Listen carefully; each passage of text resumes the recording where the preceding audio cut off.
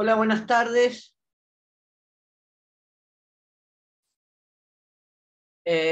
Asumo, están, hola, ¿cómo les está? ¿Cómo están? Buenas tardes. Bueno, el Zoom está programado, claro, para 16:30. Bueno, por ahí algunos llegan un poquito más tarde, pero bueno. Bueno, vamos a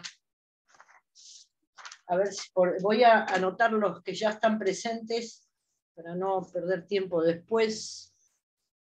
Marsella.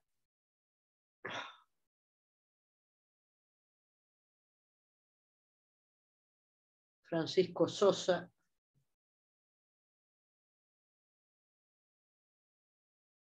Cavadini.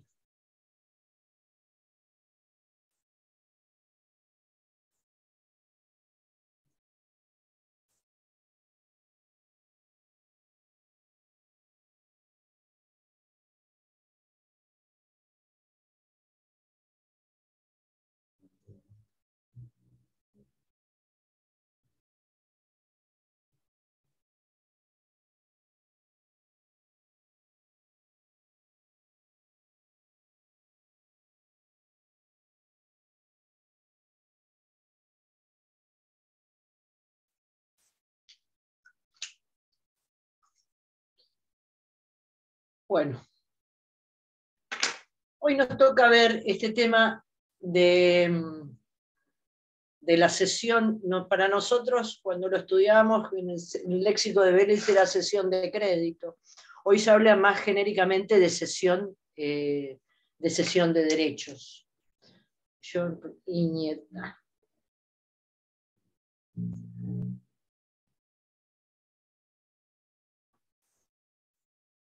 Se habla de cesión de derechos. Uno de los derechos que pueden cederse es precisamente el crédito que un acreedor tenga contra un deudor. Pizarro engloba este tema. Él dice que hay, digamos, hay una modificación de la relación por un cambio de sujetos, un cambio en este caso por cambio del acreedor. Y se inscribe el tema dentro de este otro gran tema general, que es la transmisión de los derechos. Esto está en del 398 al artículo 400. Es importante que tengamos en cuenta. El 398 y el 400. Ahí habla de la regla general, que la regla general es que todo derecho puede ser transmitido. Hay excepciones legales, excepciones convencionales, dice, o por la naturaleza de la obligación. Pero la regla, conviene que ya lo tengan, vamos a leer el 398.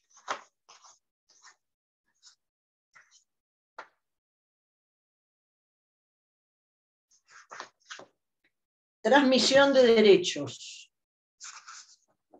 Todos los derechos son transmisibles, excepto estipulación válida entre partes, que ello resulte una provisión legal de una transgresión de la buena fe, la moral, las buenas costumbres.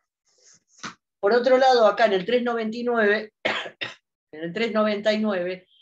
se establece la famosa regla del nemo plus iuris, que nadie puede, que quiere decir que nadie puede transmitir un derecho mejor ni más amplio de lo que lo tenía. La transmisión tiene que ser de lo que yo no puedo, por una cuestión de seguridad elemental, de seguridad jurídica, no puedo transmitir el derecho mejor de lo que yo lo tengo. Nadie puede transmitir a otro un derecho mejor o más extenso que el que se tiene, sin perjuicio de excepciones. Después habla de lo que es un sucesor singular, un sucesor universal. Este es el planteo genérico del tema. Uno de los supuestos de transmisión de derechos es el que vamos a ver hoy, la transmisión del crédito, la transmisión de la parte activa de la obligación, o digamos que es un supuesto de una modificación de la obligación por cambio de acreedor. No el único, pero es una modificación. También en la subrogación hay cambio de acreedor. El tercero que paga la deuda del deudor se subroga, esto ustedes ya lo saben por efectos del pago por terceros, el tercero que paga la deuda del deudor se subroga, ocupa el lugar del acreedor respecto de ese deudor, en el pago con subrogación. De acuerdo las clasificaciones, hay una... De acuerdo al origen de la transmisión puede operarse por mortis causa o en forma convencional. La transmisión mortis causa es el proceso sucesorio, la transmisión de los derechos por causa de muerte. En forma convencional, mediante un contrato, por ejemplo, como en este caso. Profe, ¿puede repetir lo último que dijo? Quede claro ya sí que la cesión de créditos, la cesión de derechos es un contrato consensual, formal, y me olvidé, consensual, formal y puede ser unilateral o bilateral. De acuerdo, bueno, entonces está el origen legal o voluntaria, la transmisión por efecto de la ley en el proceso sucesorio, y también, y la segunda tiene la transmisión convencional, la forma de, por ejemplo, de este contrato de cesión de crédito. Según dice la causa de la transmisión, dice, la sucesión mortis causa, dice, o por actos entre vivos. Está bien, bueno, es un poco reiteración del anterior. Y de acuerdo, anotan... perdón. Por otro lado, dice, clasifica lo que es la sucesión. Es importante el artículo 2278, ahí define lo que es la transmisión hereditaria, ¿no? Que por efecto de la muerte de una persona, se utiliza esta famosa ficción de la continuidad de la personalidad jurídica del causante. Digamos que los herederos, los sucesores, mortis causa, son herederos desde el momento mismo de la muerte del causante, para dar continuidad a las relaciones jurídicas de las cuales era titular el causante, la persona fallecida. De acuerdo a la extensión, el sucesor es universal cuando se le transmite, dice, todo o una parte indivisa de un patrimonio, y es singular cuando se transmite un objeto, valga la redundancia, individual o singular, y es el caso, por ejemplo, en la sucesión universal se transmite la totalidad de un patrimonio, y en la sucesión singular hay una cesión de un objeto determinado, como puede ser también la cesión por acto entre vivos, y también hay una sucesión singular en el caso, pero mortis causa, en el caso del legado de cosa cierta. A mí me parece que fue con ustedes, porque a veces se dan estos ejemplos que son de otras materias que ustedes no han dado, el legado de cosa cierta, que suena a japonés. Es cuando el testador, una persona, testa y deja una cosa cierta y determinada a favor de una persona que no es heredero de cualquier otra persona. Y es una carga que tienen los herederos respecto de ese legatario, que el deudor les ha dejado un objeto determinado. Y el heredero tiene la responsabilidad de pagar ese legado, de cumplir ese legado. Es una sucesión singular, pero mortis causa. Esto es conveniente que lo tengan en cuenta, porque la sucesión mortis causa puede ser de la totalidad, de un sucesor universal, de todo un patrimonio, pero también, y eso por causa de muerte, pero puede haber una transmisión singular, también mortis causa.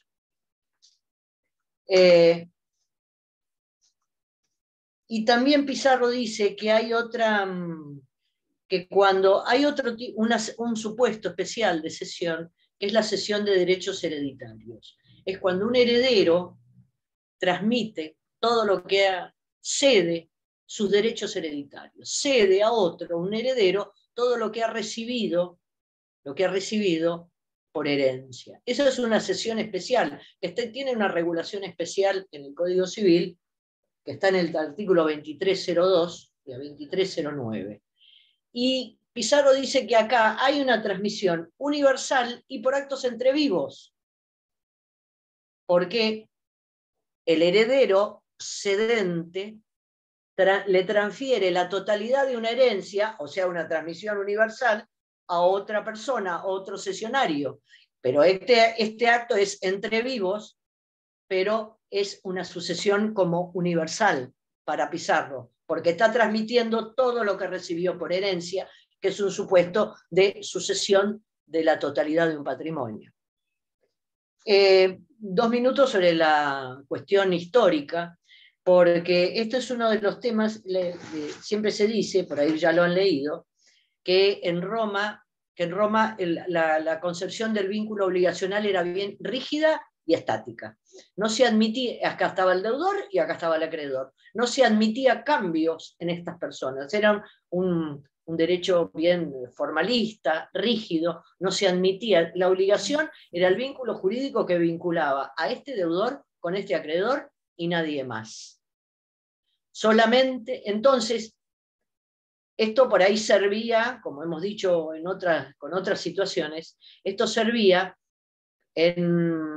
cuando, digamos, las relaciones comerciales o negociales no eran muy complejas, pero la circulación del crédito es fundamental en una economía que está desarrollándose.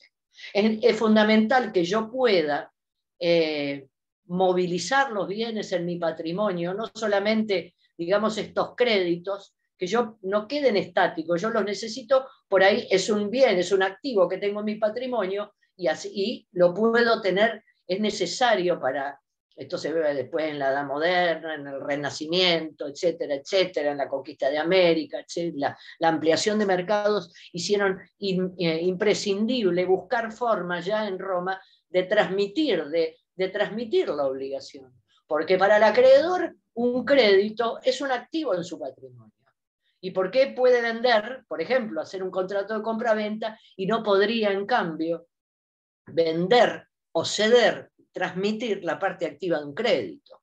Entonces, como se chocaba con esta concepción rígida del vínculo obligacional, primero se ideó y sobre todo cuando el que quiere transferir es el acreedor, dice, bueno, para cambiar de acreedor vamos a hacer, dice, una novación. Por ejemplo, la novación por cambio de acreedor. Pero la novación, primero, que implica un acuerdo de voluntades entre el deudor y el acreedor. Una novación es un medio de extinción en virtud de la cual se cambia un objeto de la obligación, en este caso el acreedor, y se extingue el anterior. Esto era por ahí lo que como crítica o como insuficiencia del sistema de elegir una novación, porque la novación hay una extinción de la obligación. Y por ahí hay una extinción de la novación, que no es lo que se busca en la transferencia de un crédito. Después, por ejemplo, idearon el sistema de la procuratio in rem suam. Procuratio, la idea de procuración de actuación en un juicio. Entonces, para saltear este rigorismo de que no se podía cambiar de acreedor, el titular de un crédito, el acreedor, digamos, hacía como que le daba mandato al nuevo acreedor, al que le quería transmitir el crédito, le daba mandato para que lo cobre. Y como si fuera, un mandato. El acreedor le daba mandato a esta persona, a la cual el acreedor en realidad le quiere transmitir el crédito. Pero como no se lo podía transmitir, por esta concepción rigurosa del vínculo, entonces se propone que sea una procuración in rem suam, una procuración en la parte activa del crédito, que quiere decir que le da poder para que este nuevo acreedor gestione el cobro del crédito. Y con eso se cobre y lo exime de rendir cuentas. ¿Esto por qué lo eximen de rendir cuentas? Porque en el mandato es una figura, el mandato siempre hay que rendir cuentas en el mandato. Es un elemento esencial del contrato de mandato. Yo hago una gestión en nombre propio, pero en interés de otro, y después tengo que rendir cuentas. Bueno, quise cobrar este crédito, pasó esto, pasó lo otro, se cobró tanto, se cobró de menos, se cobró de más, esto fue lo que pasó. Bueno, en esta figura se lo eximía a este procurador, se lo eximía del cargo de rendir las cuentas. En realidad era una ficción, digamos, no era un mandato, era que realmente le quería dejar el crédito para que se cobre, por ejemplo, lo que le debía a su vez al cedente. Y tenía el riesgo, así como en la novación tenía la crítica o, digamos, la falencia que la novación necesitaba del acuerdo del deudor, acá, donde hay mandato, hay posibilidad de que ese mandato sea revocado. Entonces, el cesionario, digamos, estaba un poco en ascuas, porque también en algún momento al cedente se le ocurría y le revocaba el mandato y él ya no podía actuar para el cobrar el juicio. Esa era la otra crítica o la otra falencia del sistema de la procuratio in rem suam. Entonces, posteriormente, se autorizó, dice en el siglo III, se autorizó al adquirente del crédito ahora a notificar al deudor la cesión operada a su favor. La posibilidad que tenía el adquirente del crédito, la denuntiatio, la denuncia, que es la notificación, que es un tema que es muy importante en cesión, que es la notificación al deudor cedido. Por otro lado, y esta notificación al deudor cedido hacía que el deudor ahora le deba pagar al cesionario, y el cesionario en Roma se le daba lo que llamaban una acción útil para que le cobre al deudor que se ha notificado de la cesión. Bien, bueno, por otro lado, que este es un contrato consensual. ¿Qué quiere decir consensual? El contrato de cesión de crédito surte sus efectos a partir de que se ha formalizado, de que se ha hecho este acuerdo de voluntades.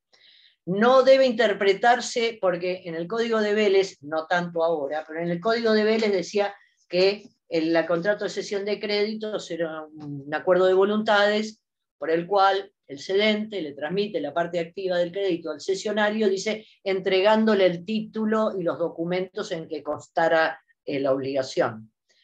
Esta entrega de la documentación hacía pensar que ese era el momento de que surtía efectos la cesión, asimilando a lo que se llamaba, digamos, a contratos reales que se perfeccionan con la entrega de la cosa. No es el supuesto de la cesión de créditos, porque acá no se transmiten cosas, se transmiten derechos. Se transmiten derechos, no cosas. Para transmitir cosas está el contrato de compraventa, el contrato de donación o el contrato de permuta.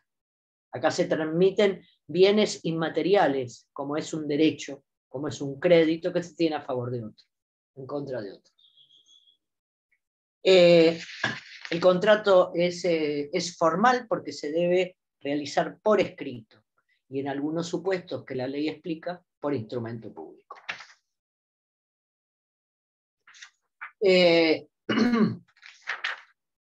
Respecto, dos palabras, también la transmisión de deudas, también hoy está prevista en el Código Civil y Comercial, no estaba prevista en el Código de Vélez, fue una figura por ahí más resistida, porque si bien en la cesión de créditos el deudor cedido no cambia un ápice su situación, ahora tiene otro acreedor, pero es la misma obligación. Es más, la misma obligación con los mismos derechos, acciones y garantías. Se transmiten los derechos, acciones y garantías. Y en realidad, reitero, al deudor, ahora tenía por acreedor a Pedro, ahora tiene a Juan, su situación es la misma, pero transferir la deuda es otra cuestión, porque al acreedor no le es indistinto, no le es irrelevante quién sea el deudor. Entonces, necesariamente, la asunción de deudas va a tener que contar con la anuencia del acreedor. Seguimos con cesión de crédito. pero bueno, antes de empezar, hay muchos tipos de cesión. Muchos tipos de cesión. Hay una cesión de derechos, que es lo que vamos a ver. El endoso, que yo algo les dije alguna vez, el endoso es la cesión, pero de títulos abstractos, se llama instrumentos cartulares. El cheque, el pagaré y la letra de cambio. Que son derechos de crédito también, ¿no? Y que está el endosante y el endosatario. Acá es una cesión aplicada a estos derechos cartulares o de títulos, valores, títulos de crédito. La transmisión de ese crédito, que en este caso se llama endoso y que lo van a estudiar con más detenimiento en derecho comercial. El pago con subrogación, en el pago con subrogación también hay un cambio de acreedor. El tercero que paga la deuda del deudor queda subrogado, queda ubicado ahora en el papel de nuevo acreedor.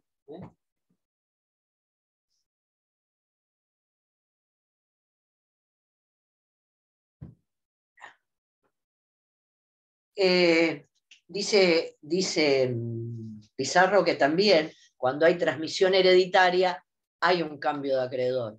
Ustedes ya saben que a la muerte del deudor o muerte del acreedor, la obligación se transmite a sus herederos y bueno, antes el acreedor era el causante, ahora el acreedor son los herederos que van a poder reclamar esto en la medida que participen en el acervo hereditario.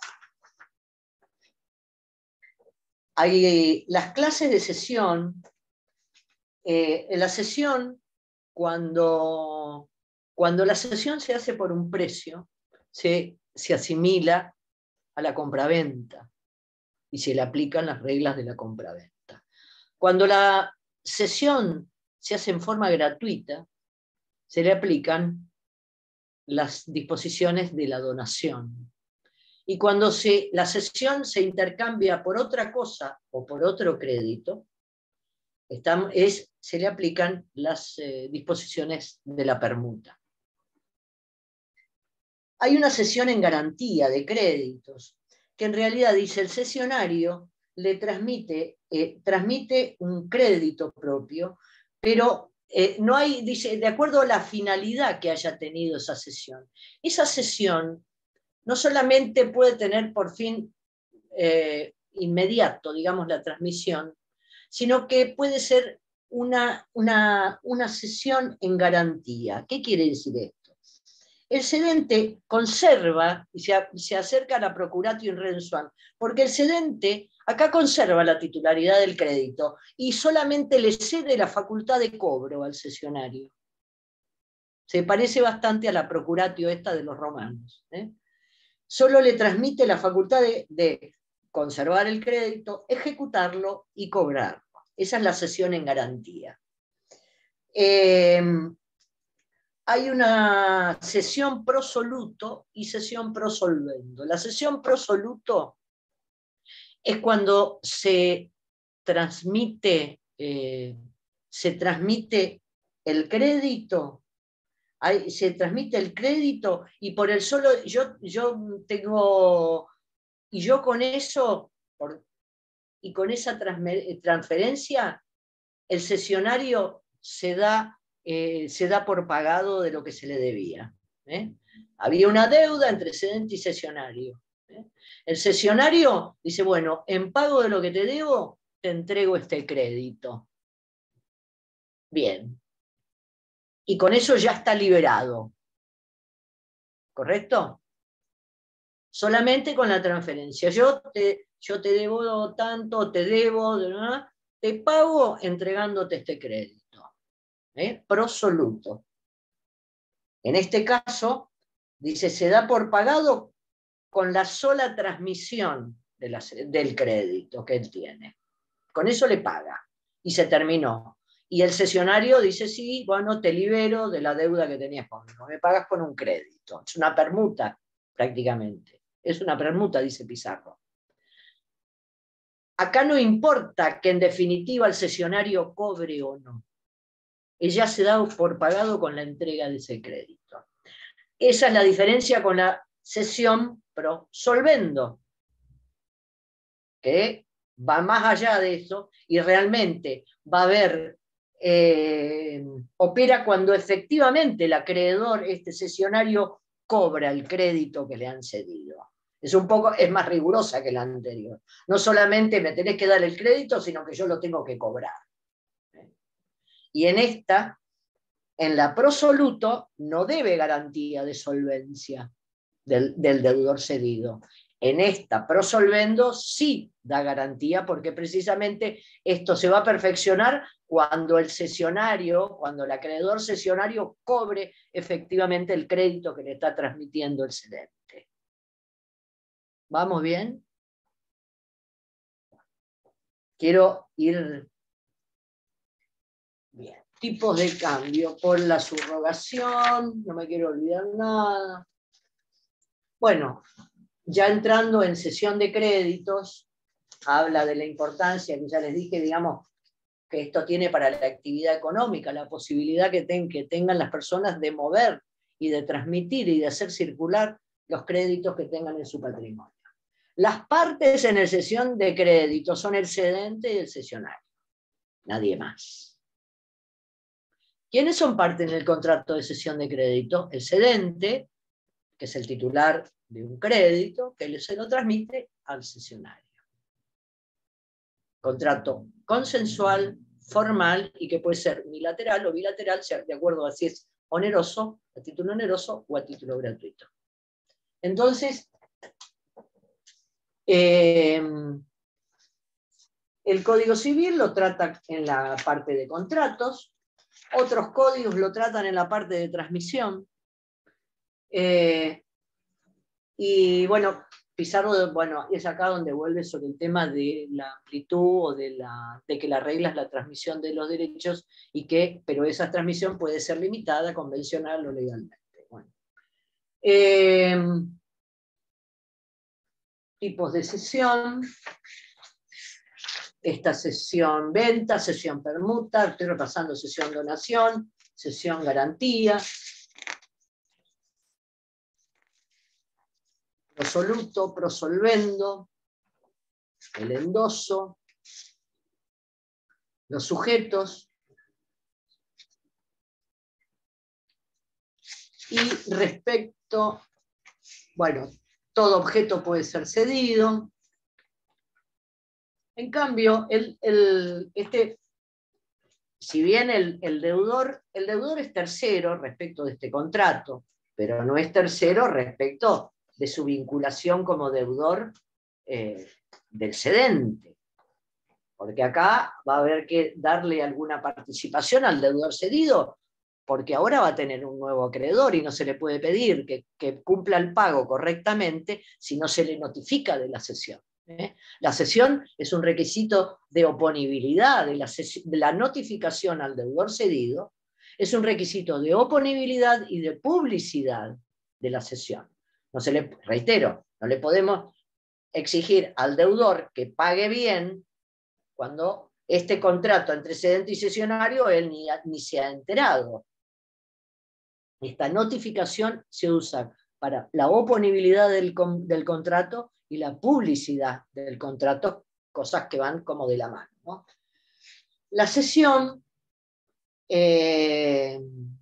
produce efectos, y esta notificación a los terceros surte sus efectos al ser respecto de los terceros y del tercero, respecto de manera que sea fehacientemente notificada al deudor cedido. Acá está este tercero que es el deudor cedido, pero hay otros terceros. Otros terceros pueden ser acreedores del cedente, acreedores del cesionario, y puede haber más de un cesionario. Puede ser que el cedente haya cedido el crédito a varios, en el cual acá hay reglas para que nos va a dar el código para dirimir estos conflictos que se pueden presentar y que van a estar dados por la fecha de la notificación de la cesión. Con todo, dice, en el código de Vélez hablaba de la notificación al deudor cedido o que de alguna manera el deudor haya tomado conocimiento de la cesión. O la llama la aceptación de la cesión. Respecto, y acá la notificación, dice el 1626, debe ser hecha por instrumento público o privado, y el privado con fecha cierta. Pero aparentemente dice, Pizarro dice que la notificación 1626. No.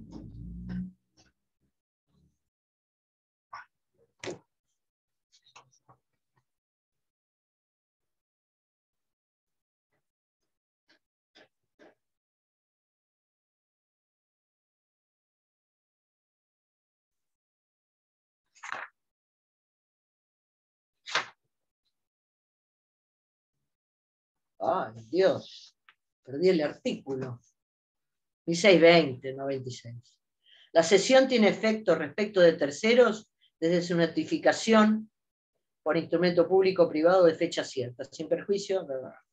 Acá dice que por ahí para el deudor cedido hay que notificarle en forma fehaciente. Para los terceros, dice, por instrumento público o por privado con fecha cierta. O por el privado con fecha cierta.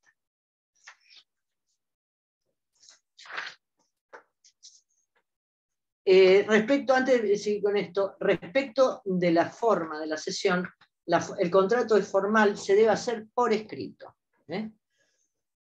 Dice por escrito, sin perjuicios, por ejemplo, en el caso, pero hay excepciones.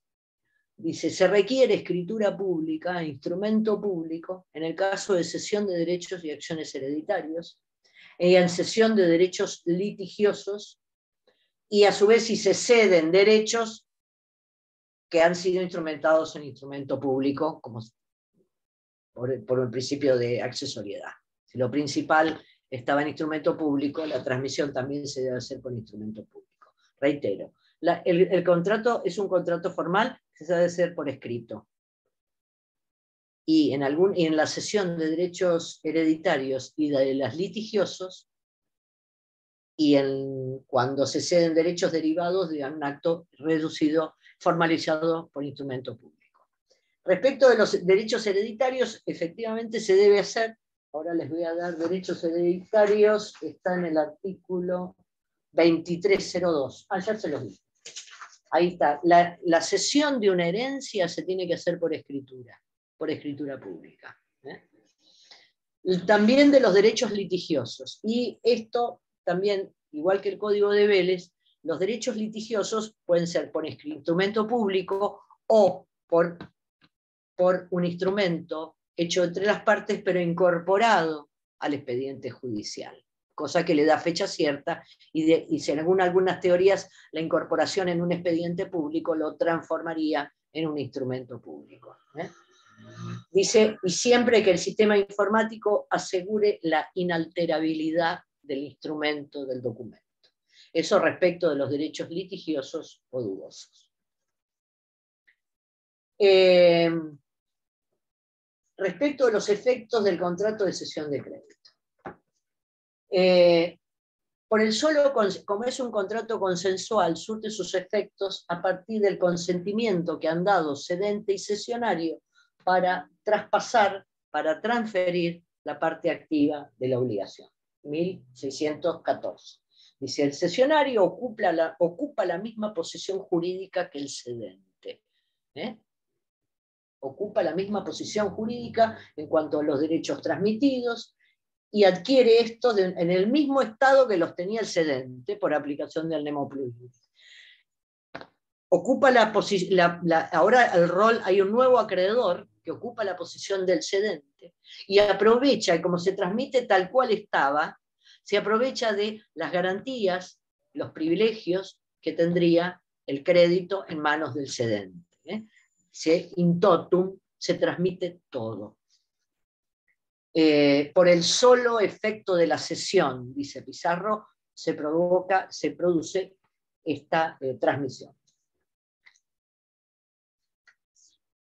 Dice, el deudor cedido, claro, reiteramos, es tercero, pero es un tercero súper interesado porque él tiene que saber a quién tiene que pagarle para hacerle a él oponible esta cesión. Luego de la notificación, el deudor sí queda, digamos, queda incorporado, dice, involucrado, dice Pizarro, involucrado, y ahora sabe que le tiene que pagar al cesionario. Entonces es una frase clásica, es decir, que la notificación de la cesión al deudor cedido causa el embargo del crédito a favor del cesionario. Quiere decir que el deudor le tiene que pagar ahora al cedente. Dice, se le transmite, reitera Pizarro, que se transmiten los accesorios, garantías, derechos reales, garantías reales, garantías personales. Puede haber una cesión parcial, ¿sí? Y esto dice en 1627, que el cedente, como su nombre lo indica, le cede parte del crédito, en cuyo caso ahora concurren cedente y cesionario en el rol de acreedor.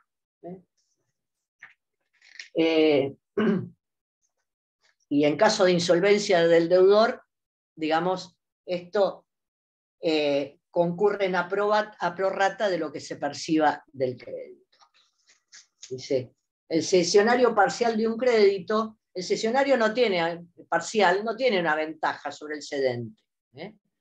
Está como en el mismo rango que el cedente.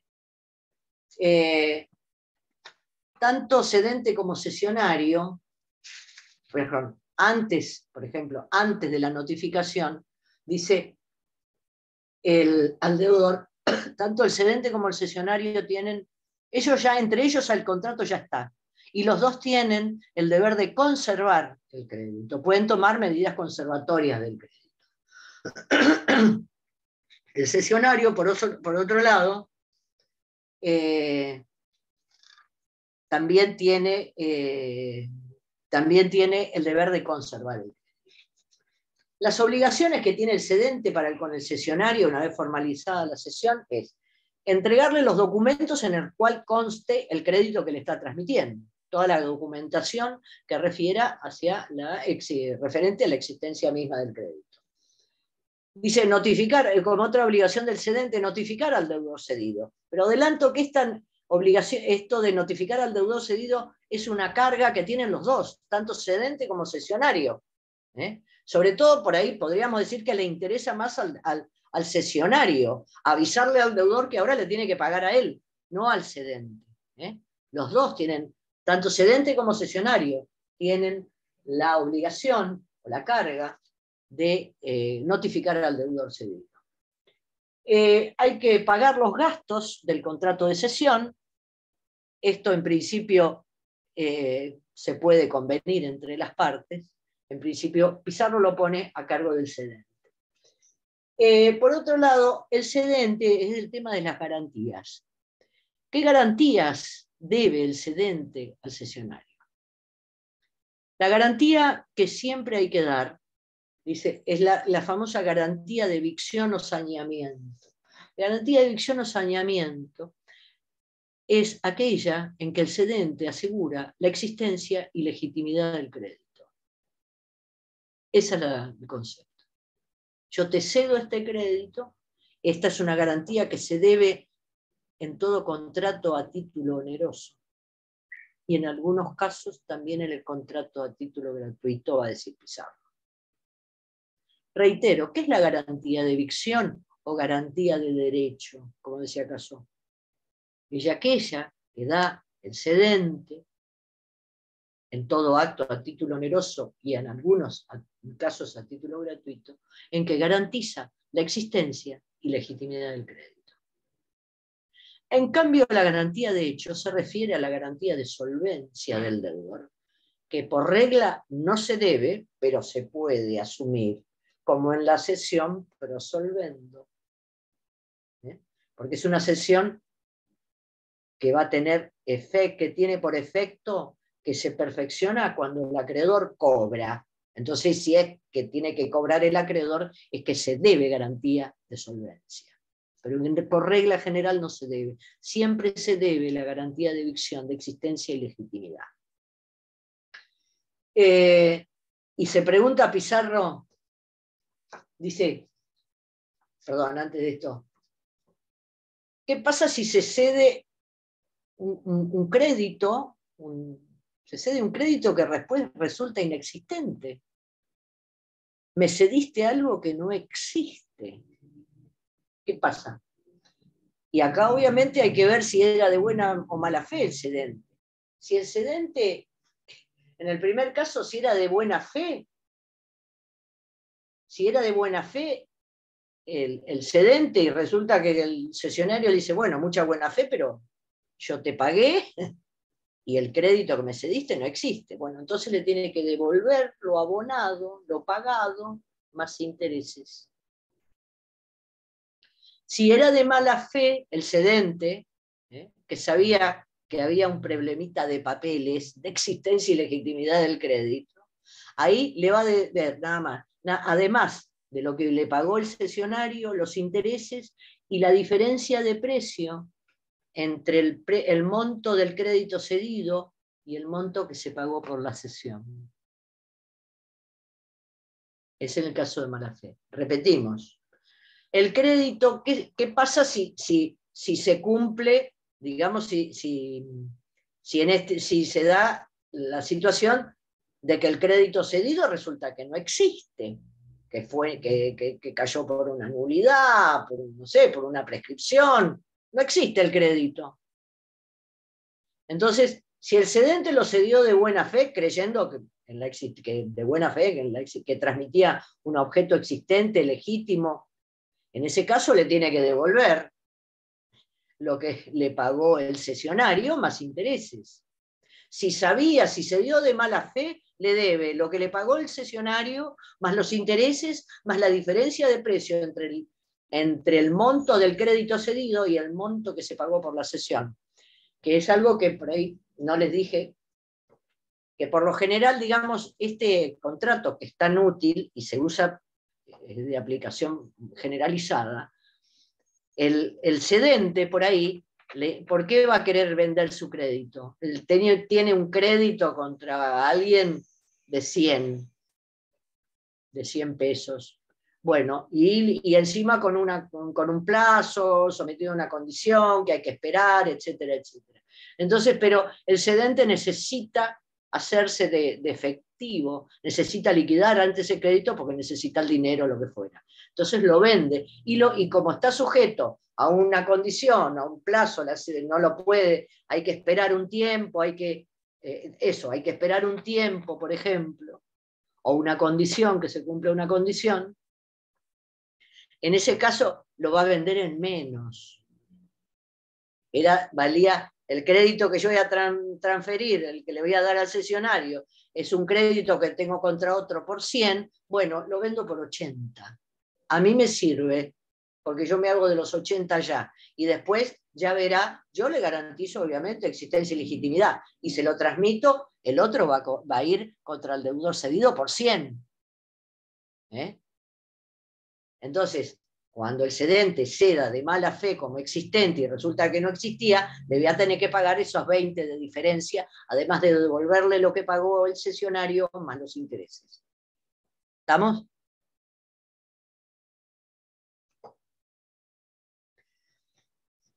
Pizarro dice, ¿se debe también garantía de evicción en algún supuesto de transmisión gratuita en el caso de una cesión, dice, de una cesión donación? ¿También se debe garantía de evicción? Él dice que sí, aplicando el 1556. Dice, el donante, por ejemplo, sería un donante. El donante debe responder de evicción, por evicción de garantía y legitimidad del crédito que está donando. Dice, en este caso, dice, hay responsabilidad por evicción. Dice, porque que van a involucrar, obliga al donante a indemnizar los gastos que el cesionante donatario ha hecho a causa de la donación. Dice que en algún caso, por remisión específica, que como dice que cuando la cesión es gratuita se le aplican las normas de la donación Y las normas de la donación dicen que si la donación es de mala fe, sabiendo el donante que la cosa donada no existía o no era suya y lo ignoraba el cesionario, la evicción se produce por culpa del donante. Entonces el donante debe indemnizar y debe compensar al donatario, al cesionario donatario, de los gastos que ha incurrido a raíz de esta cesión-donación. El tema de la responsabilidad por la solvencia. Sigo. Dice, por regla no se responde de la solvencia. Pero cuando se garantiza la solvencia, en el caso de la cesión pro solvendo, en ese caso se puede asumir que garantiza la solvencia. En ese caso, ante la insolvencia del deudor, ¿qué pasa? El cedente le ha garantizado al cesionario que el deudor cedido es solvente. Resulta que el deudor cedido es insolvente. Ahora, ¿cómo juega la garantía? El cesionario puede ir contra el deudor cedido y también contra el cedente, como si fuera una fianza, como si fueran fiadores, aplicando las reglas de la fianza. Repito, cuando se deba la garantía de solvencia, que se asuma la garantía de solvencia del deudor, el cesionario obviamente va a ir contra el deudor y también contra el cedente. Pero le exige, en principio, esto es materia disponible, le exige que este cesionario, primero tiene que ir contra el deudor cedido, debe haber executido, como en la fianza. Repito, el cesionario, este nuevo acreedor, le garantizaron, va contra el deudor cedido y tiene que tiene que tratar de cobrarle primero al deudor cedido. Si no puede, tiene que pasar esa etapa. Si no puede cobrarle al deudor cedido, recién ahí puede ir contra el cedente. Esto puede modificarse convencionalmente y liberarlo al cesionario acreedor de trabajar para cobrarle primero al deudor cedido y recién después ir contra el cedente. En realidad, esto es así como funciona la fianza. El fiador puede tratar de cobrarle tanto al deudor como al fiador. Y algunos dicen no, y bueno, el contenido clásico de la fianza era que primero había que tratar de cobrarle al deudor, ejecutar primero a uno y después al otro. Bueno, eso por lo general se deja sin efecto y se los pone a los dos prácticamente como codeudores solidarios en la fianza. Respecto de terceros, ¿quiénes son terceros acá? El primer tercero, bueno, es el deudor cedido, ¿no? Y hay que obviamente tiene un rol importante porque hay que notificarle para que ahora tiene otro acreedor. Los acreedores del cedente, ¿qué pasa? Porque los acreedores del cedente pueden llegar a estar un poco preocupados porque está saliendo activo del patrimonio de su deudor. A los acreedores del cesionario es una buena noticia, porque el cesionario va a tener un crédito contra alguien que antes no lo tenía. Pero los acreedores del cedente van a estar un poquito atentos a toda esta cuestión. Y son terceros, y también hay que notificar, y para que sea oponible respecto de ellos la cesión, hay que notificarla por instrumento privado, por instrumento público, con fecha cierta. Y no, porque antes de la notificación nadie se entera y les es inoponible la cesión realizada. Esto es muy importante. Reitero, la notificación como oponibilidad y como publicidad. Dice, hay otros cesionarios, porque puede ser que el cedente haya transmitido el crédito a varios y todos los cesionarios, de alguna manera, otros cesionarios, dice, sucesivos del mismo crédito. y también tienen que estar de alguna manera notificados para ver quién va a prevalecer, porque se van a presentar varios sesionarios. Dice el deudor, el cedente se lo cedió a varios. ¿A cuál va a ser preferido? El que notificó la cesión, el que primero notificó la cesión. Dice, cuando la cesión es oponible a terceros, rige esto que estamos diciendo, el 1620.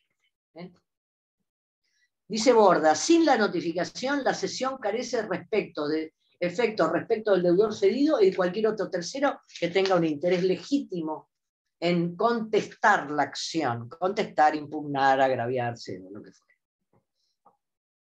Acá es donde habla de publicidad. La notificación es un acto jurídico unilateral por el cual se comunica el traspaso del crédito al deudor cedido, haciéndole saber los términos de la cesión. No todo, dice, no hay que notificar por ahí todo el contenido del contrato. Al deudor se le tiene que hacer saber la existencia de la cesión, los datos de su nuevo acreedor, domicilio, para que pueda pagar. Eso dice Pizarro. No necesariamente hay que saber darle todo el contenido, que cuánto pagó, si era gratuita, si era onerosa, lo que fuera. Los datos que el deudor cedido necesita, porque el deudor no es parte, pero es un tercero muy interesado. Y por otro lado dice, nada impide, esta notificación, nada impide que acreedores del cesionario, por ejemplo, no se notifica la cesión, nadie la notifica. El cesionario no la notifica, el cedente no la notifica. Por vía de subrogación, de acción subrogatoria, los acreedores del cesionario pueden subrogarse en el lugar del cesionario y notificar la cesión al deudor cedido. Para que precisamente se termine este círculo y ese deudor cedido le pueda pagar al cesionario, ¿se entiende? Otros acreedores del cesionario, estamos hablando. El cesionario no comunica la cesión, entonces no termina de tener la posibilidad de cobrar. Entonces, sus acreedores dicen, bueno, vos no notificás la cesión que te beneficia para que entra un crédito a tu patrimonio, bueno, yo me subrogo y lo notifico yo la cesión. Respecto, si estamos en caso de una pluralidad de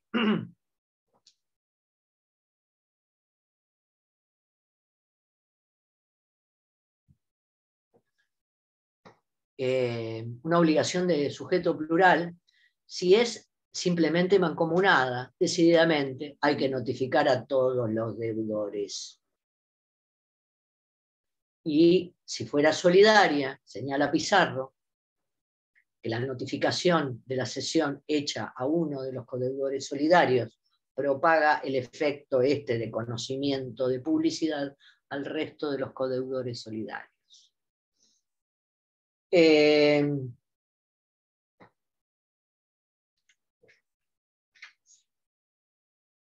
Esto de tomar, dice lo que antes en el Código de Vélez se decía la aceptación, que, o sea, o se le notifica al deudor o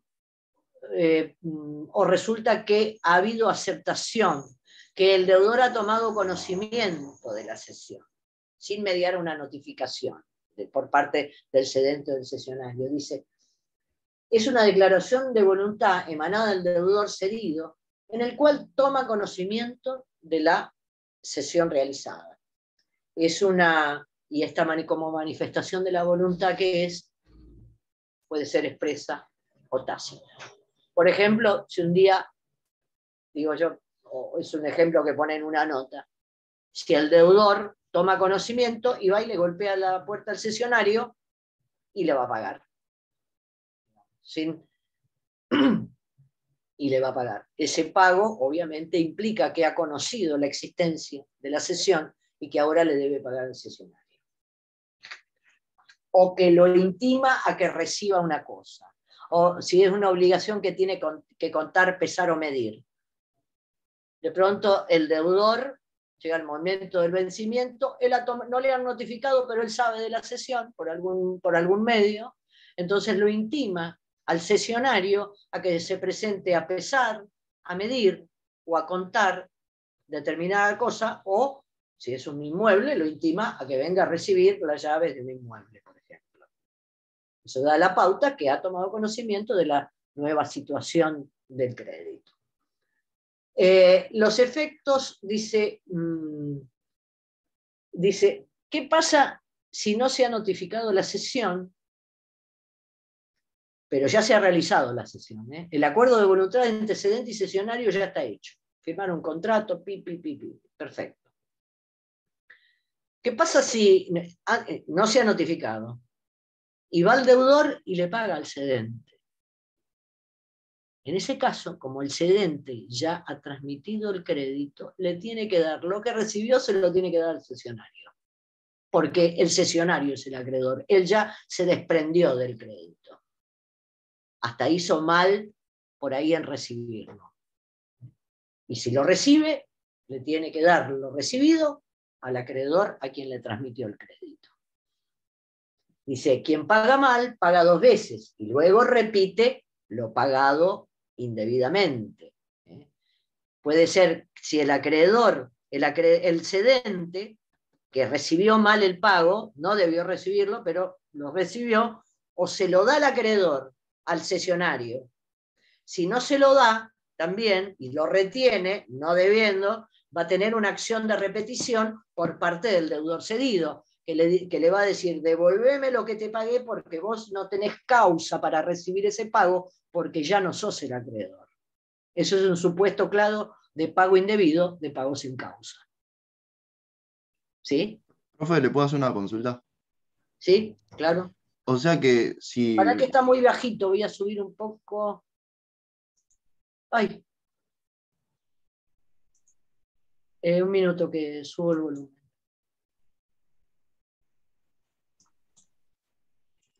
A ver el volumen. Sí, ahora, a ver. Si el cedente no me avisó que voy a tener un nuevo acreedor, yo como deudor, es decir, yo como deudor le tendré que pagar al cesionario ahora, a quien va a adquirir el crédito. Pero si no me dan aviso y yo hago un pago íntegro, yo quedo liberado como deudor. Sí, El que claro. va a tener que realizar el pago después es quien no me informó, quien era mi acreedor principal antes.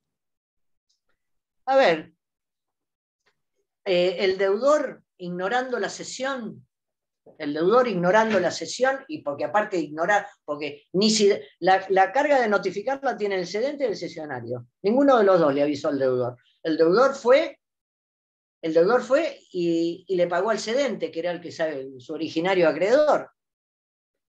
La ley dice que el cedente le tiene que dar el dinero al cesionario. Si no se lo da, el que le va a reclamar va a ser el deudor.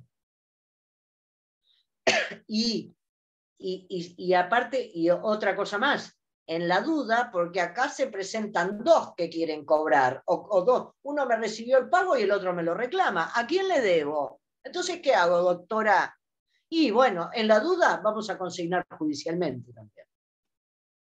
¿Vieron uno de los supuestos del pago por consignación? Que haya confusión o que se presenten más de una persona diciendo yo soy el acreedor, yo soy el acreedor. En ese caso, ante la fórmula de Casó, de pago por consignación, es magistral. Toda vez que el deudor no tenga la certeza de hacer un pago válido, que lo libere, debe consignar. Entonces yo te diría, las alternativas son 3. Que el pago, primero, si el pago le paga al cedente, como a él no lo notificaron, el pago lo libera, él le pagó al cedente. El cedente dice la ley, se lo tiene que dar al cesionario. El cedente no le da al cesionario lo que recibió del deudor cedido. El deudor cedido tiene una acción para decirle, eso es un pago sin causa, devolvémelo porque yo ahora agarro este dinero y le pago a quien realmente no me habían avisado ustedes de esta situación, va a decir el deudor. Profe, Sí. pero lo que tendría que hacer el deudor no sería, mientras que le reclama el enriquecimiento sin causa al cedente, no tendría también que mientras tanto pagarle al cesionario por si las dudas y después repetir el pago contra el cedente. Y bueno, lo puede hacer, si tiene, encima, sí, va a pagar 2 veces, si tiene, Va a tener que pagar 2 veces. si tiene los fondos, le pagó al cedente, le pagó 100.000. Por el hecho Resulta de no que entrar ahora- en mora, ni nada por el estilo. Perdón, que la mora, ¿qué? Por el hecho de no entrar en mora con el Claro, claro, cesionario. está bien. Por eso. No, Bien. está bien, por ahí dice, bueno, está bien. Si tiene los fondos para hacerlo, bueno, Macanuy no quiere entrar en mora y complicar más la situación. Dice, bueno, voy, le pago a este y después voy y repito que este me devuelva lo que recibió sin causa. Sí, y sí puede hacerlo, ¿cómo no? También y también podría, así como va y le paga el cesionario, podría demandarlos a los dos por pago por consignación y dice, bueno, rómpanse los cuernos, en definitiva, al que le corresponda esto que yo debo, yo quiero, le dice al juez que pagó exacto y yo quiero que me liberen.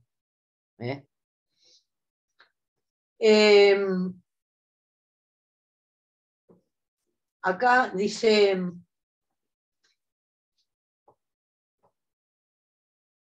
Cuando la notificación, efectos entre cedente y el deudor cedido. Bueno, esto es... Acá, bueno, el pago es válido, oponible al cesionario y permite liberarlo del cumplimiento de la obligación. Dice, después de la notificación o aceptada la cesión, el deudor le debe pagar al cesionario. Entre cesionario y deudor cedido, bueno,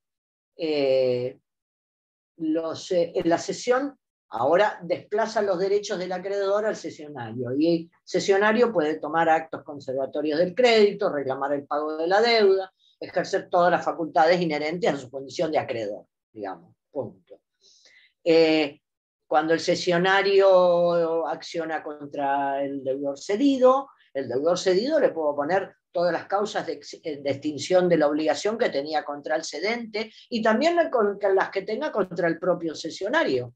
El cesionario, bueno, ya es el acreedor, lo demanda y el otro dice, bueno, excepción de pago parcial, que le había hecho al cedente y el cedente no le dijo nada, por ejemplo, excepción de prescripción, el crédito está prescripto, o novación, compensación, confusión, cualquier medio de extinción de las obligaciones. Respecto le puede oponer al cesionario las defensas extintivas que tenga contra el cedente y contra el propio cesionario también. Porque por ahí este deudor tenía algunas otras cuestiones con el cesionario y busca una compensación, o la prescripción del crédito se operó cuando ya era titular el cesionario y también le puede oponer, obviamente, la prescripción de la acción. Dice, conflicto entre cesionarios. El conflicto entre cesionarios, dice, decididamente este conflicto se va a dirimir tomando como fecha la notificación. ¿No? Dice, la ley otorga preferencia al primero que notifica la transferencia al deudor, no la fecha de la cesión, la fecha de la notificación. Si hay varios cesionarios. Dice,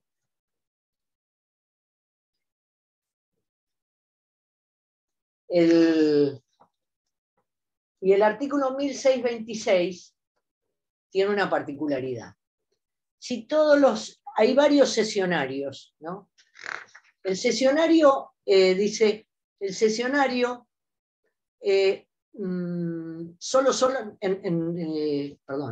la cuenta de la notificación fehaciente.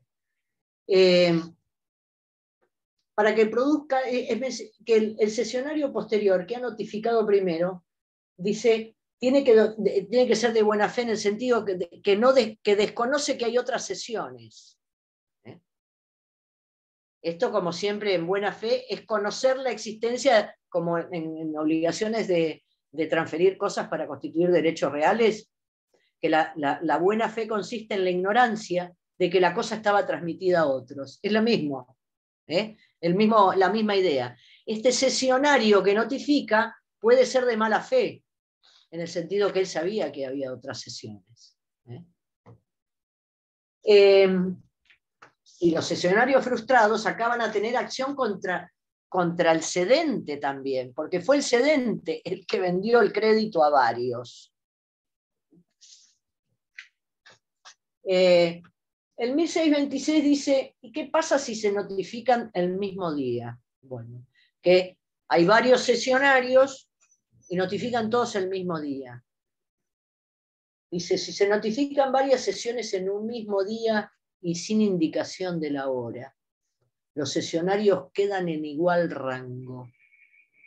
Me despertó un poco de dudas. Entonces agarré Casó, y Casó dice, concurren a... ¿Por qué digo qué? Entonces se va a fraccionar el crédito.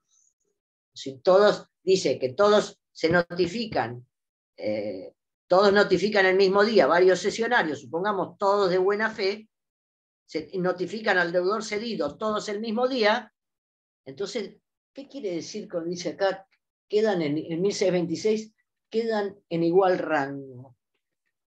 Bueno, concurren a prorrata, cada uno va a tener una cuota aparte en el crédito. Esto es una particularidad. Y la otra es que dice, en el mismo día y sin indicación de la hora. Esto es una modificación importante que trae el Código Civil y Comercial. Porque nosotros repetimos, yo por lo menos hasta el año 2015, decía, los intervalos en el derecho se cuentan por días, no se cuentan por horas.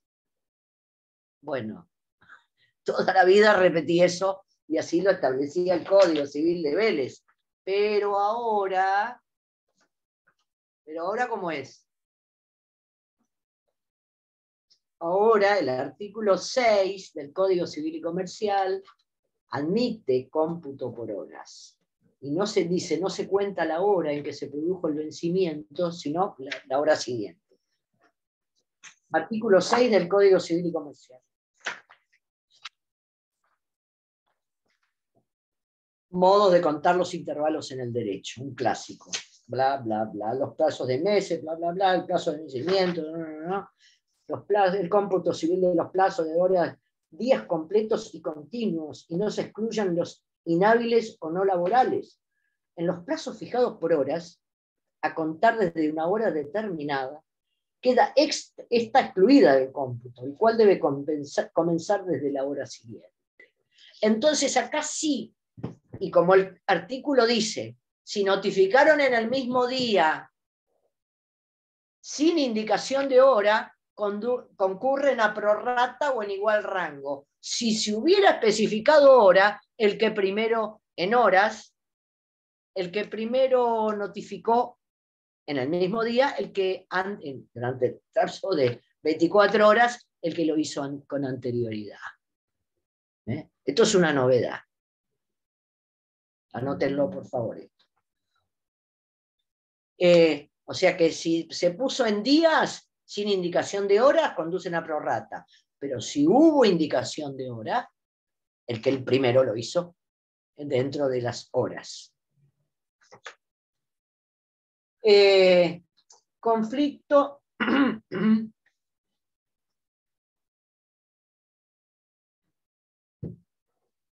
Acá hay otra cuestión que dice los acreedores del cedente son terceros interesados.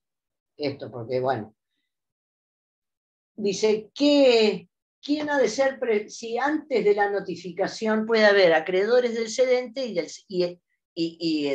el interés del acreedor, del cesionario?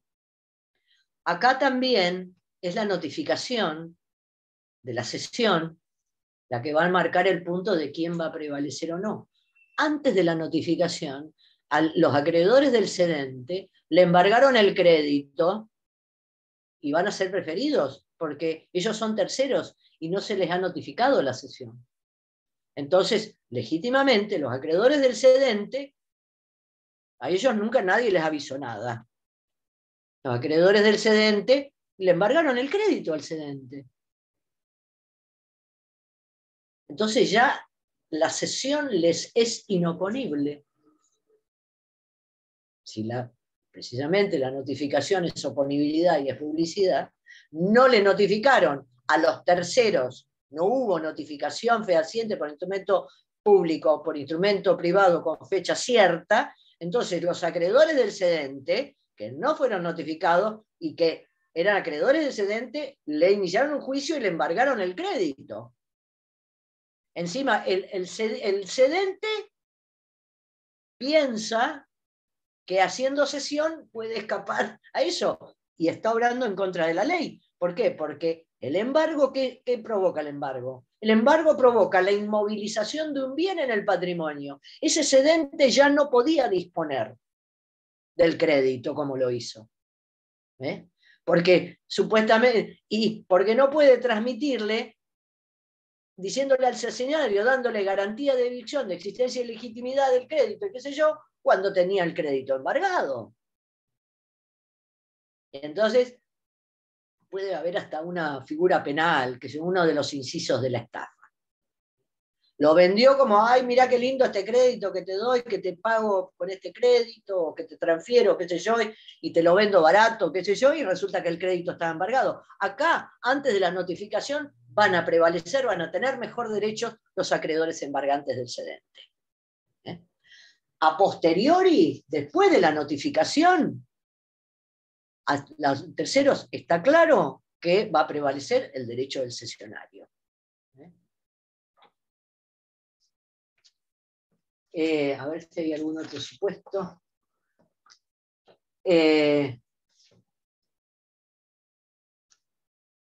Si le entra un embargo con posterioridad a la notificación, ya el embargante no va a tener preferencia porque ha habido publicidad de la transferencia, una publicidad hecha, como dice el 1620, entonces esos acreedores embargantes no van a ser derrotados, digamos, por la posesión del cesionario.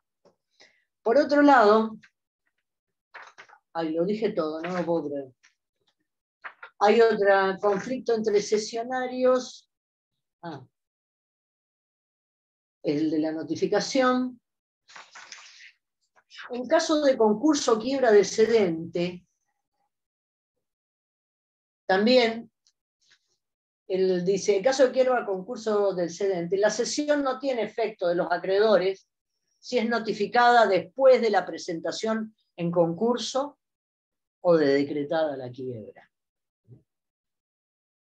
El cedente, hasta la presentación en concurso y hasta la declaración de quiebra, hasta ese momento tiene la posibilidad de notificar. Después ya la notificación es inoponible a sus acreedores, precisamente que le han pedido o él ha pedido su concurso o su quiebra, o le han decretado la quiebra. Este es el momento, dice, ¿cuándo hay que notificarle al deudor? Y bueno, dice Pizarro, no hay un plazo específico, sobre todo para el cesionario, le va a convenir rápidamente notificarle al deudor para que vaya y le pague. Pero el último momento de la notificación es que se decrete la apertura del concurso preventivo o la quiebra del cedente. Después ya la notificación y la cesión no tiene virtualidad, porque se ha decretado la quiebra del cedente. Como efectos del concurso, la quiebra es desapoderamiento. En la quiebra no le quedó, no tiene ya activo, no tiene patrimonio, bueno, puede tener patrimonio, pero lo que en la quiebra tiene un sinónimo, liquidar, ejecutar todo y vender y pagarle a los acreedores. Entonces mal puede invocarse una cesión. ¿Se entiende esto? En caso de concurso o quiebra del cedente, la cesión no tiene efecto de los acreedores si es notificada después de la presentación en concurso. Puede ser hasta la presentación en concurso de declaración de quiebra. Porque aparte, eso sin perjuicio dice,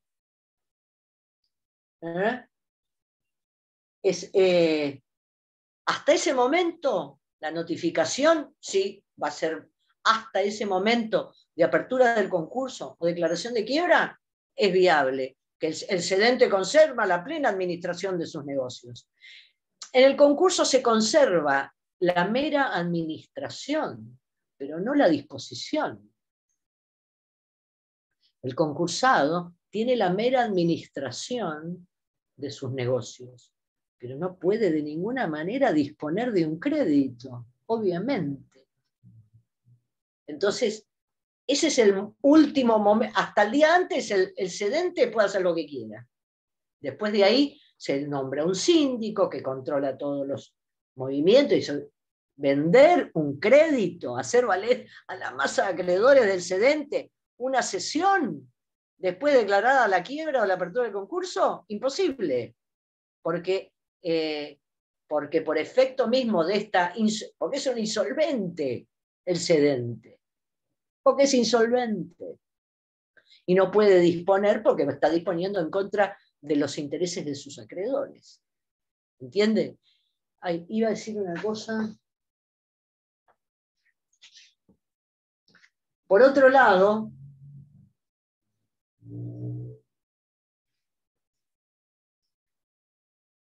también esa cesión, supónganse en un proceso concursal, cuando, ya sea que sea un concurso, o sea que no hay una situación, sí, clara, de requisito de cesación de pagos, y lo que les quiero decir es que después de la apertura del concurso, el síndico, que es este funcionario específico de la quiebra, el síndico analiza qué pasó con ese patrimonio que pidió su concurso de acreedores, o su quiebra. La quiebra puede ser porque la pida el propio deudor, porque se la pida un acreedor, o que presente el concurso y no cumpla determinados requisitos, por ejemplo, publicar los edictos. Si no publica los edictos, el deudor que pide su concurso tiene que publicar edictos. Si no publica edictos, se va a la quiebra. Bien. Lo que digo que el síndico y el juez van a analizar por qué pasó lo que pasó con este patrimonio que pide su concurso de acreedores. Y se establece lo que se llama periodo de sospecha. Y que va a ser desde la apertura del concurso quiebra para atrás. A ver, ¿qué pasó con esta empresa, este negocio? Para ver si no hay fraude a los acreedores. Periodo de sospecha. ¿Sospecha de qué? Sospecha de fraude. Sospecha que el acreedor que el deudor estaba preparando un poco todo esto para licuar pasivo y jorobar a los acreedores, y haciendo actos, por ejemplo, de disposición antes de presentarse concurso, como por ejemplo transferir un crédito. Por ejemplo, donar, por ejemplo, todos los actos a título gratuito desde ya los miran con lupa, como gratis, como gratuito. Todo sea gratuito, tiene una fuerte impresión a fraude. ¿Cómo gratuito? ¿Cómo que le donó al primo? ¿Cómo? ¿Y qué? ¿Y dona? A veces las cosas son mucho más complejas, pero para que un acto a título gratuito, a ver, y después 2 meses después, un año después, no meses, un año después, vemos que llega que donó la casa y que ahora es inquilino. Presentó un contratito de alquiler. Ahora constituto posesorio, traditio brevi manu, el concursado. Todos los concursados andan en el Mercedes-Benz. ¿En serio? O muchos, de empresas de acá de Mar del Plata. Los concursados andan con, no sé, los concursados es una frase que acuñamos en los 90. En Mar del Plata se decretaron en un mismo mes la quiebra de 3 pesqueras. 5.000 o 6.000 personas en la calle. 3 pesqueras. Horrible, una época terrible de hiperinflación. 91 salida de la convertibilidad. Y todos esos concursados, yo andaba en colectivo y los concursados andaban en Mercedes-Benz. O en BMW, en fin. Lo que les quiero decir que en el periodo de sospecha puede darse, el síndico puede enarbolar una acción que se llama de ineficacia concursal, que es el nombre del fraude en el proceso falencial. Entonces esos actos sospechados de fraude, y que es lindísima este tema de la ineficacia, van a ser inoponibles al concurso. Va a decir, no, el síndico va a decir, ¿cómo que le donaste a tu primo la casa?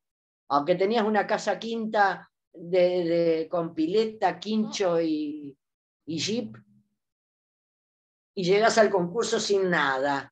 Entonces, es decir, esto hay simulación y fraude, ustedes saben que es muy frecuente que vengan de la mano. Entonces, esos actos, entre los cuales puede haber una cesión de crédito, esos actos pueden estar sospechados de fraude y caer y ser inoponibles al concurso, a los acreedores, por vía de la ineficacia concursal. Esto está en el artículo 118 y 119 de la ley 24.522, que es la originaria, la 19.551, que era de concursos y quiebras. 118 y 119 de la ley de concursos. Dice, puede caer, así como pueden caer otros actos sospechados de fraude. ¿Qué tal todo? ¿Alguna pregunta? Hoy menos frío, ¿no? Dios mío, lo lamento muchísimo. Lo lamento muchísimo. Yo estoy furiosa. No, es inaceptable en nuestro país que pase. Inaceptable. Pasan las escuelas, pasan la universidad. ¿Qué está pasando? Esta gente, es horrible. Es horrible. Voy a ver los otros presentes. Por favor, no se vayan. A ver. Sigo acá. Esperen un poquito que tenemos que...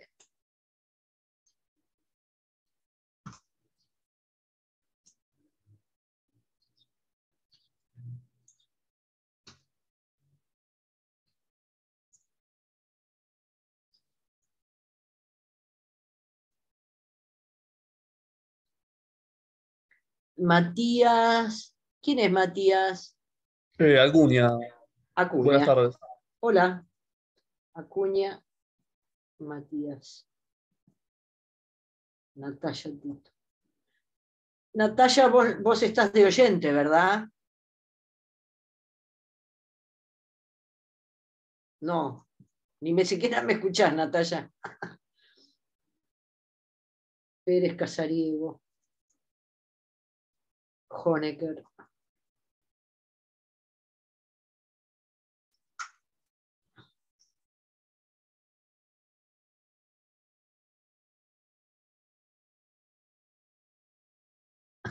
Ok, Natalia.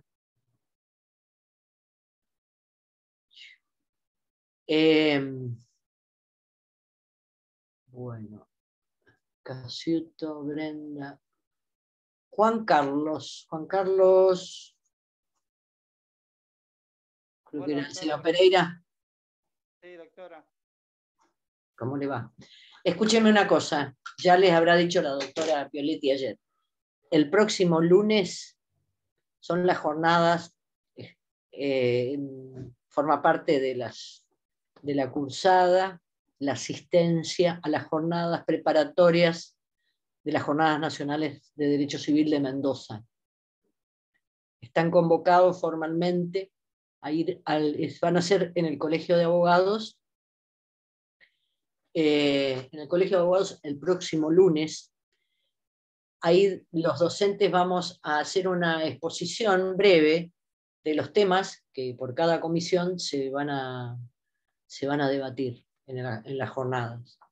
El tema de obligaciones es cumplimiento e incumplimiento de las obligaciones por imposibilidad o por frustración de la finalidad.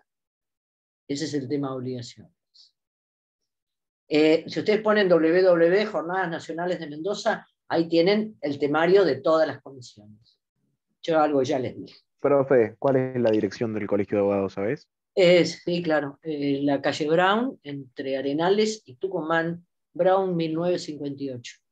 Bien, van a exponer usted y el marido de la doctora Pioletti, ¿no? Sí, aparte de marido de la doctora Toletti, se llama Carlos Brun.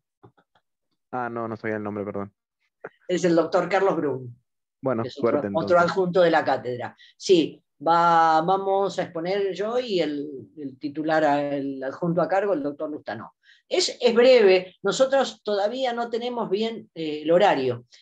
Les digo, empieza en el colegio a las... Esperen que me fijo, no está el celular.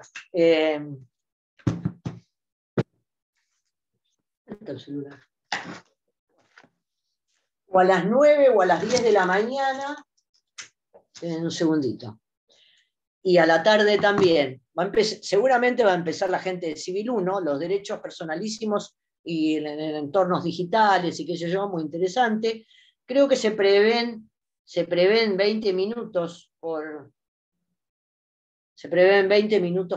exposición. Denme un minuto que entro en el Departamento de Derecho Civil. Bueno, en cualquier momento nos llegan por ahí. Yo no sé bien en qué horario vamos a exponer nosotros. Pero como dijo el titular, digamos, un día cada 2 años que se hacen las jornadas, realmente creo que puede ser muy importante para ustedes. Siempre conviene repasar por ahí, ni hablar de Civil 1. Y en contratos es muy interesante porque es revisión y adecuación del contrato.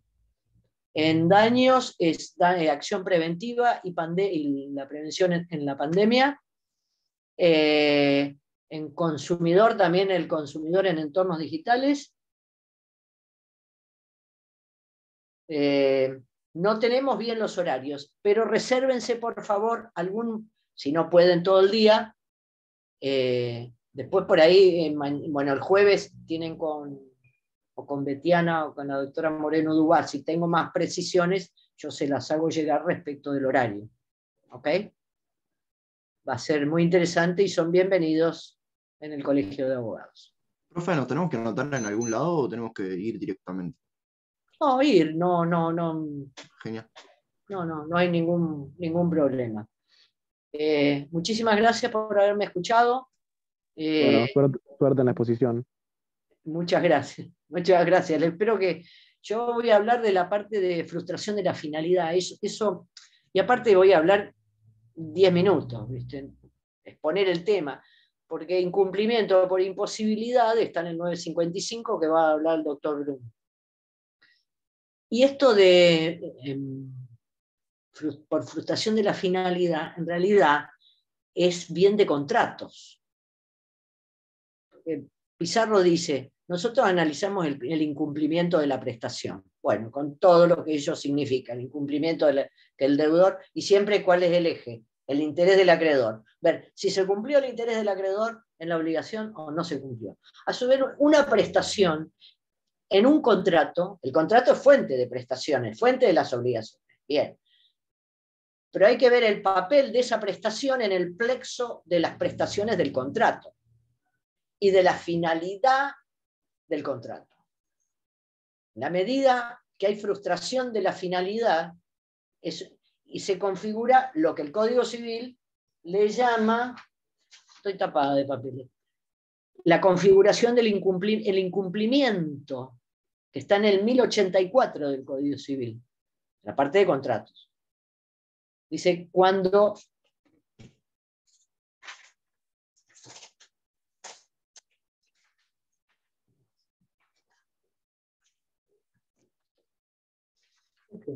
bueno, 1080, ya los dejo.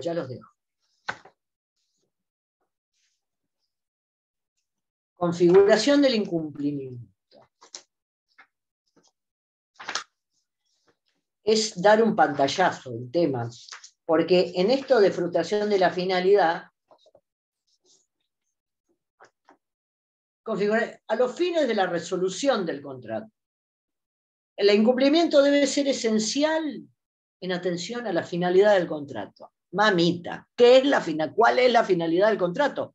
Varía de acuerdo a cada contrato, obviamente. Pero hay que afinar este concepto para decir, hay incumplimiento y pido hay incumplimiento. ¿Y cuál es la consecuencia del incumplimiento? La consecuencia del incumplimiento de las obligaciones, para todas las obligaciones, la madre es el 730. Después, para algunos casos particulares, hay efectos particulares. Para el contrato es uno, la suspensión del cumplimiento o la resolución del contrato. O si todavía representaron interés para el contratante, pedir el cumplimiento del contrato. Y después dice, y habla, bueno, varios incisos, el cumplimiento tempestivo, estricto, el incumplimiento, bla, bla, bla, habla. 1083. Y frustración de la finalidad está en el 1090. La frustración definitiva de la finalidad del contrato autoriza a la parte perjudicada a declarar su resolución. Tiene su causa en una alteración de carácter extraordinario en circunstancias existentes y a la celebración ajena a las partes. Y después viene imprevisión, que es una variante de esta frustración de la finalidad, cuando el contrato, por acontecimientos extraordinarios e imprevisibles, torna excesivamente onerosa la prestación a cargo. Dice, se torna, igual que lo decía Vélez, ¿sí? Se torna excesivamente onerosa. Acá también hay una frustración de la finalidad del contrato. La teoría de las bases del negocio, del ARENS, etc. Bueno, ojalá que les sirvan las jornadas y nos vemos el lunes. Hasta luego, que tengan buena tarde. Hasta luego. Gracias. Adiós. Igualmente. Gracias.